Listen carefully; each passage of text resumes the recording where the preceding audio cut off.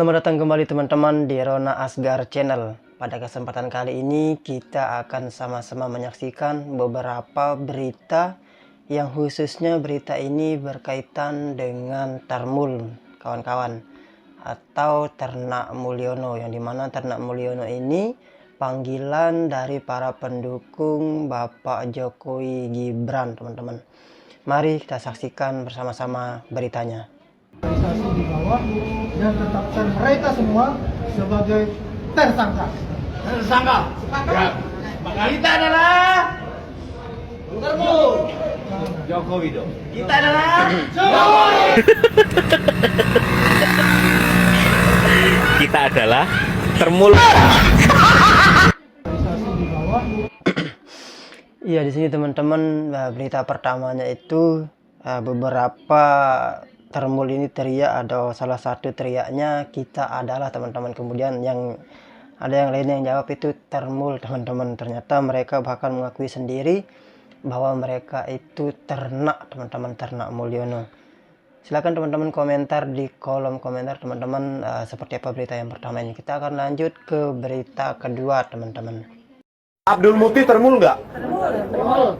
Ya, tidak. Kalau kami tidak mendapatkan jawaban seterang-terangnya, sejelas-jelasnya, maka patut diduga Pak Abdul Muti ini adalah Tarmul juga. Tolong dikoordinasi, Pak. Kami rakyat datang baik-baik. Ya, betul. Jangan paksa kami untuk tidak datang baik-baik. Ya. Gedung ini milik rakyat. Ya. Dan kami memperjuangkannya juga. Perjuangan untuk meritokrasi itu untuk anak bapak, cucu bapak berikutnya yang satpam-satpam ini semua. Jadi bapak menghadang di sini supaya kami nggak boleh masuk. Mohon maaf Bapak, kita cuma menjalankan perintah dari pimpinan kita seperti ini. Nanti Tidak adakah keberanian pejabat di Kemdikdasmen ini untuk menerima kami, menjawab setidak-tidaknya dengan cara manusiawi? Memangnya gedung ini milik kalian?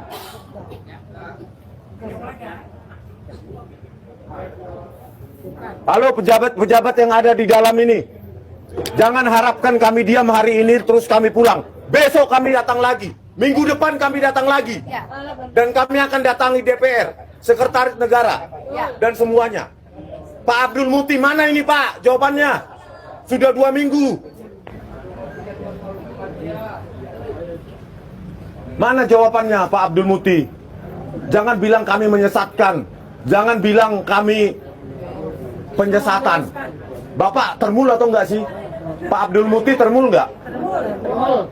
Ya, tidak. Kalau kami tidak mendapatkan jawaban seterang-terangnya, sejelas-jelasnya, maka patut diduga Pak Abdul Muti ini adalah Tarmul juga. Mana jawaban yang tadi diberikan? Coba jawabannya apa sih? Ya teman-teman, di sini itu Pak Abdul Muti tidak bisa membuktikan seperti apa yang dia katakan 2 minggu yang lalu katanya di sini teman-teman. Ini bahwasanya salah satu dari 3 orang yang sekarang getol-getolnya teman-temannya melaporkan kepalsuan dari ijazah Pak Joko Widodo teman-teman, yaitu Pak Rismon. Menurut teman-teman seperti apa ya teman-teman? Silahkan teman-teman komen di kolom komentar terkait dengan berita ini teman-teman. Kita akan lanjut ke berita selanjutnya teman-teman. Kekuatan Jokowi itu apa sebenarnya? Uang. Uang dari mana? Kan dia kan orang, Semua yang dirampok-rampok korupsi ini setornya ke dia. dia kan orang susah dari pinggir Solo itu. Itu dia, ada pernyataan dia disampaikannya kepada almarhum Rizal Ramli. Aku ini capek jadi orang miskin dari pinggir kali kan dia. Nah, dia ingin kekuasaan dia itu menghasilkan uang. Maka dicari aja lah orang-orang yang tertentu kan menjadi tim dia di kabinet kan. Ini sampai 20 jabatan, ini sekian. Dia kan menghasilkan uang. Kamu bisa bayangkan nggak ada uang yang diambil dari semua lembaga untuk COVID, dibelikan vaksin, ya kan? Itu uang 1.000 triliun itu yang dipakai cuma berapa? Itu dia, itu dibagi-bagi sama mereka. Nah ini sudah pernah dilaporkan ke KPK. Persoalannya, pertanyaannya, ini negara terbuka sekarang, ya kan? Dia taruh duitnya di mana? Itu bunker, itu yang kita mau datangin. Kita mau datang ke Solo dalam beberapa waktu ini. Kita mungkin 1.000-2.000 orang mau ke Solo. Kita mau temuin si Jokowi. Nah, dia harus mengakuin, dia minta maaf kepada rakyat. Dan uang yang kau sembunyikan harus kembalikan. Itu dibicarakan dia bersama Abu Bakar Basir. Dia minta maaf, dia akan kembalikan uang-uang itu. Ada. Berarti ini ada di bunkernya dong? Benar. Ada bunkernya, itu yang mau kita datengin. Anda tahu dari mana bunkernya bunker itu kalau nggak ada di Solo, di Karanganyar. Ini pada waktu Jokowi menjadi gubernur nih, malam-malam supirnya kan kader.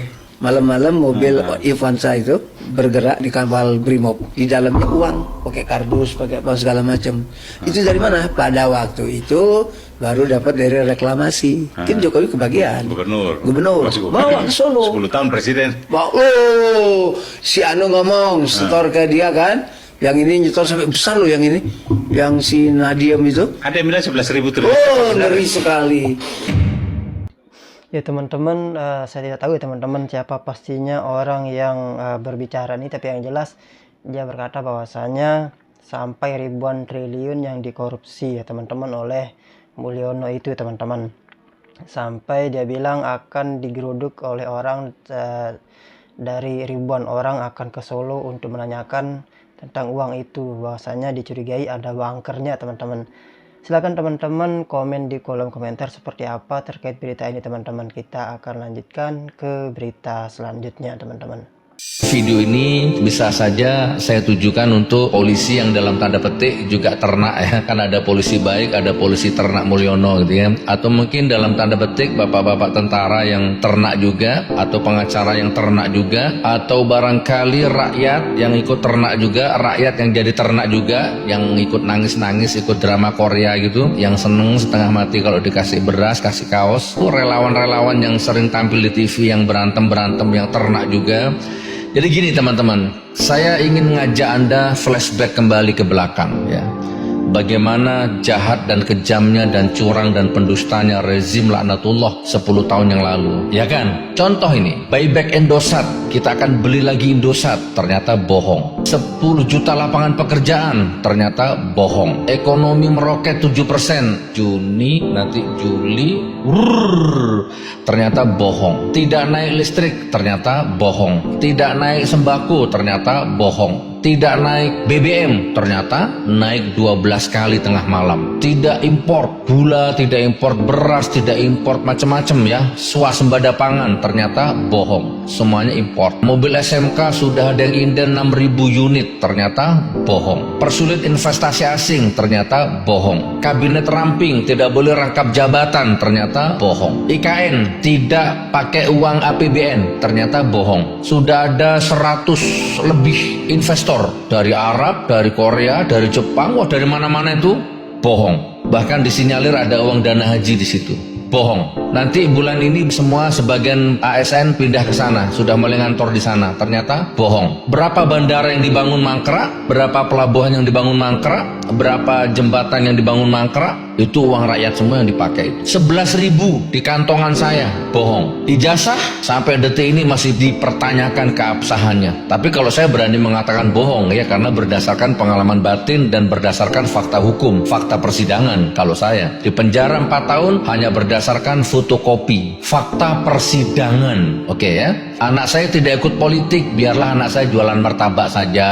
Ternyata bohong, menantunya, anaknya semuanya berpolitik, jadi ketua partai. Saya akan memimpin Jakarta, saya jadi gubernur sampai selesai masa jabatan 5 tahun, ternyata bohong. Saya tidak mikir copras capres, pusing mikirin sungai-sungai di Jakarta, bohong. Dan masih banyak lagi. Saya rasa saudaraku, satu kali saja kebohongan itu sudah cukup bagi orang yang punya iman, punya basyirah, untuk waspada, untuk curiga, untuk marah kepada orang ini, kepada rezim ini. Cukup satu saja kebohongan. Lah ini berpuluh-puluh kebohongan, berulang-ulang kebohongan, Anda dukung. Ya teman-teman, bahwasanya ini yang berbicara itu Gus Nur ya teman-teman, yang sempat dipenjara kemarin. Itu pun gara-gara kasus dari ijazah palsu Mulyono teman-teman. Di sini di video ini bahwasanya Gus Nur itu menyampaikan banyak sekali kebohongan dari rezim yang 10 tahun memimpin Indonesia kemarin ya teman-teman. Silahkan teman-teman komen di kolom komentar seperti apa terkait dengan berita ini teman-teman. Kita akan lanjutkan ke berita selanjutnya. Bapak ini malah keceplosan mengungkapkan identitasnya bahwa dia termul. Mari kita lihat kawan. Di bawah dan tetapkan mereka semua sebagai tersangka. Tersangka. Ya. Kita adalah termul. Jokowi. Kita adalah Jokowi. Pak, sampean malah keceplosan iki piye? Tekone mesti terlambat.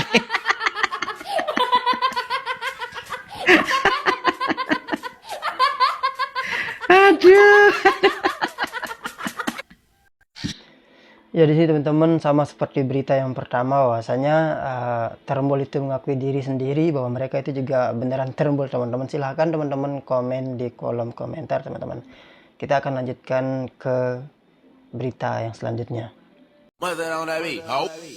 Para Termul komisaris ini panik ya. Ade Armando komisaris, Redi Damanik komisaris, Andi Aswan juga komisaris, dan lainnya itu mereka seolah-olah di publik mencintai Joko Widodo. Coba tarik komisarisnya, apakah dia masih menjadi diehard Joko Widodo? Ya tidak ya saudara. Mereka ketika komisaris itu dilepas dari hidupnya, maka mereka akan kembali merasakan penderitaan rakyat. Betapa susahnya saat ini rakyat mencari kehidupan hari demi hari ya. Rakyat sekarang mendapatkan duit 50.000, 100.000 saja sehari itu susah. Jadi ketika jabatan komisaris yang nggak ada gunanya juga ya, karena mereka bukan orang yang paham di bidang tempat mereka menjadi komisaris ya, hanya dicantolkan saja di situ dan pasti gajian, cuma rapat-rapat segala macam ya, gajian ya. Itulah yang dipertontonkan hari ini. Sepanjang Gibran ini jadi wakil presiden, mereka berharap mendapatkan jaminan untuk tetap berada di jabatan komisaris tersebut, saudara. Apa kurang enaknya? Ya kan, dapat puluhan juta, belum lagi dapat bonus-bonus, padahal nggak ada gunanya.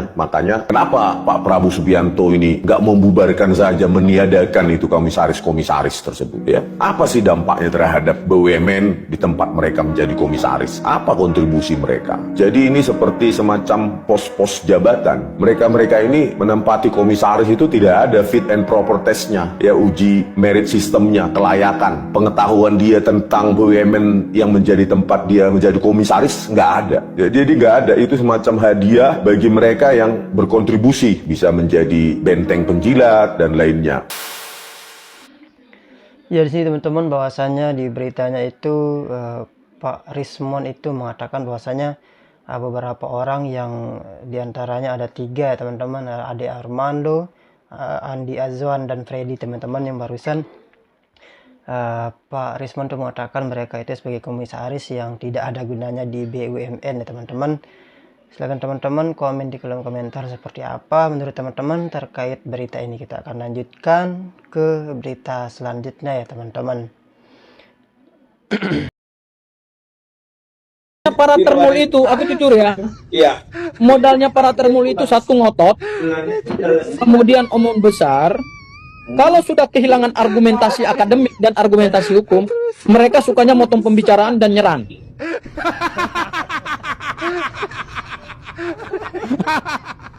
Ya di sini teman-teman bahwasanya ada bapak-bapak ini yang ngomong bahwa karakter dari Termul itu atau ciri khasnya itu kalau udah habis argumennya dia akan menyerang dengan fisik teman-teman.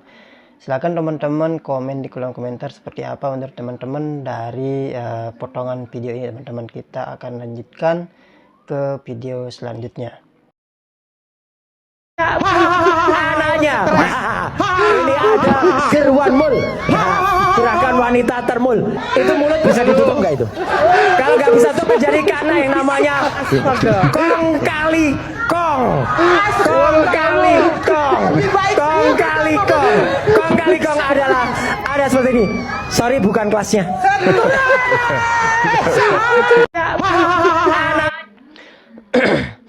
Ya di sini teman-teman bahwasanya Ibu yang menggunakan jilbab hijau ini sepertinya adalah pendatang baru dari Termul, teman-teman. Ini dia tumben kelihatan di iNews atau di acaranya Aiman itu, teman-teman, yang sempat berdebat juga dengan Pak Roy Suryo, teman-teman, dan Ibu Tipa, teman-teman ya. Silakan menurut teman-teman seperti apa berita ini. Kita akan lanjutkan ke berita selanjutnya, teman-teman. Keluar namanya surat keterangan grade 12. Oke.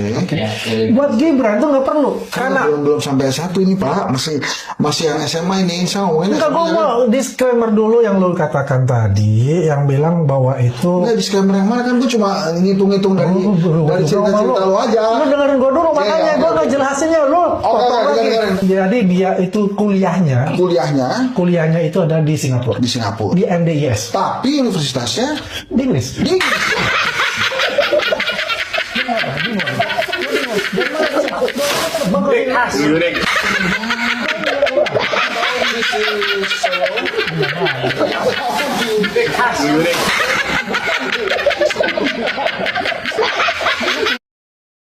Jadi teman-teman, bahwasanya ada potongan video juga yang mengatakan bahwa ini sepertinya menyinggung soal Gibran ya, teman-teman, bahwasanya Pak Wapres ini kuliahnya di Singapura katanya, teman-teman, tapi universitasnya di Inggris ini, teman-teman. Bagaimana maksudnya, teman-teman?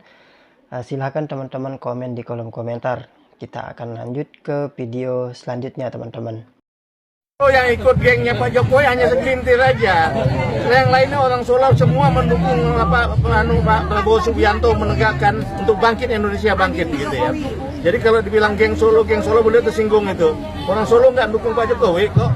Gitu ya, masih ya. Bu, hidup ibu bukan dukung geng Solo. Tidak semua orang Solo geng Solo ya, Bu ya. Yang ikut. Jadi di sini, teman-teman, bahwasanya nama beliau ini Pak Harul Rozi, teman-teman. Beliau mengatakan bahwasanya jangan sampai mengatakan ada geng Solo, teman-teman, karena nanti orang-orang Solo itu tersinggung. Karena banyak juga dari orang-orang Solo tidak mendukung dari Pak Jokowi, teman-teman. Silakan teman-teman komen di kolom komentar menurut teman-teman seperti apa. Kita akan lanjut ke video selanjutnya, teman-teman. Saya organisasi perempuan, kita 500 perempuan berencana akan turun memakai BH dan celana dalam untuk mengetahui kita marah karena Pak Jokowi tiap hari begini.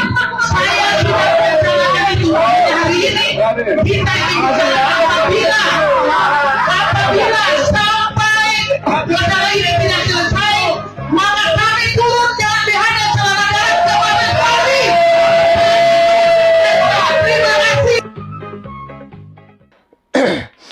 Inilah lucunya, teman-teman, negeri kita ini, teman-teman. Hanya gara-gara mendukung seseorang, dia sampai rela turun ke jalan dengan menggunakan BH dan celana dalam aja, teman-teman. Silahkan teman-teman komen di kolom komentar menurut teman-teman seperti apa dari potongan video ini, teman-teman, karena ini juga sangat mengerikan ya, teman-teman. Bagaimana padahal barusan ibu yang berbicara itu memakai jilbab ya, teman-teman. Kalau sampai dia beneran hanya menggunakan BH dan celana dalam, ya seperti apa, teman-teman? Kan agak mengerikan kalau itu dilakukan di depan umum, teman-teman.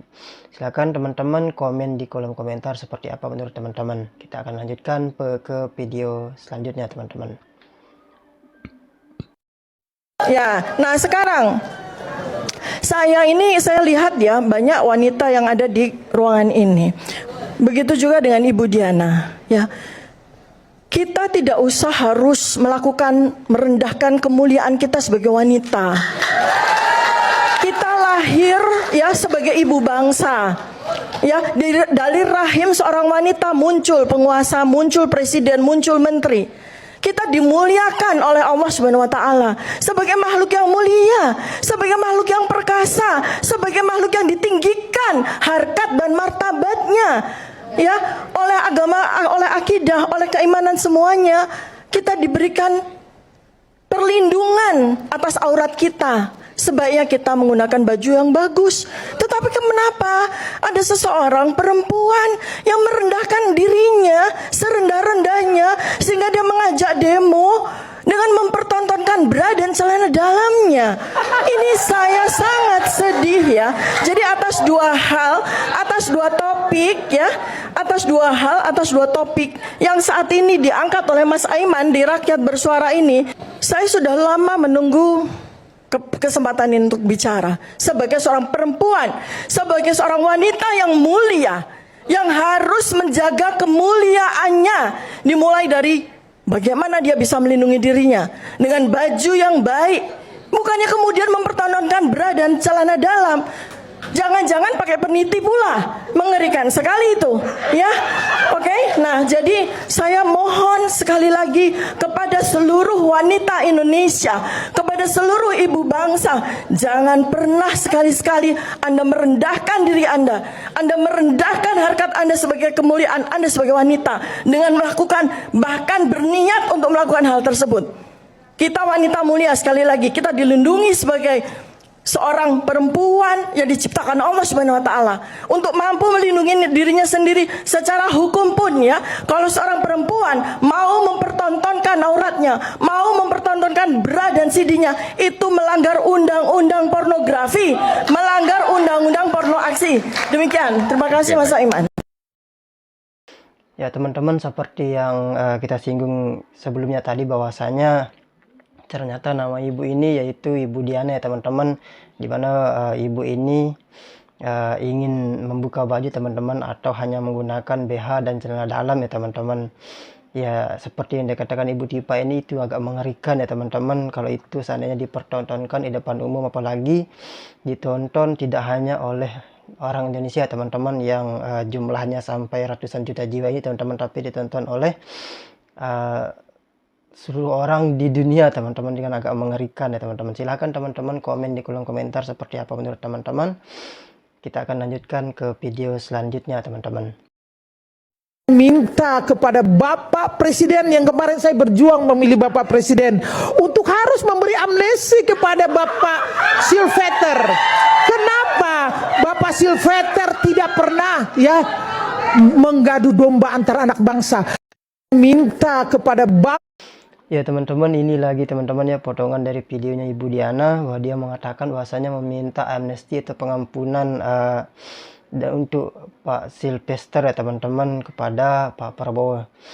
Sampai-sampai dia diteriaki oleh teman-teman, oleh penonton ya teman-teman di acara TV. Silahkan teman-teman komen di kolom komentar menurut apa teman-teman terkait dengan video ini. Silahkan teman-teman komen di kolom komentar. Kita akan lanjutkan ke video selanjutnya teman-teman. Dalam bulan ini sudah ada status hukum yang jelas untuk itu, dan perlu dicatat, kita tidak mengatakan bahwa kita intervensi hukum. Ini adalah dukungan moral seluruh rakyat Indonesia kepada kepolisian Republik Indonesia untuk tangkap yang telah melecehkan Polri, tangkap teroris. Dalam bulan ini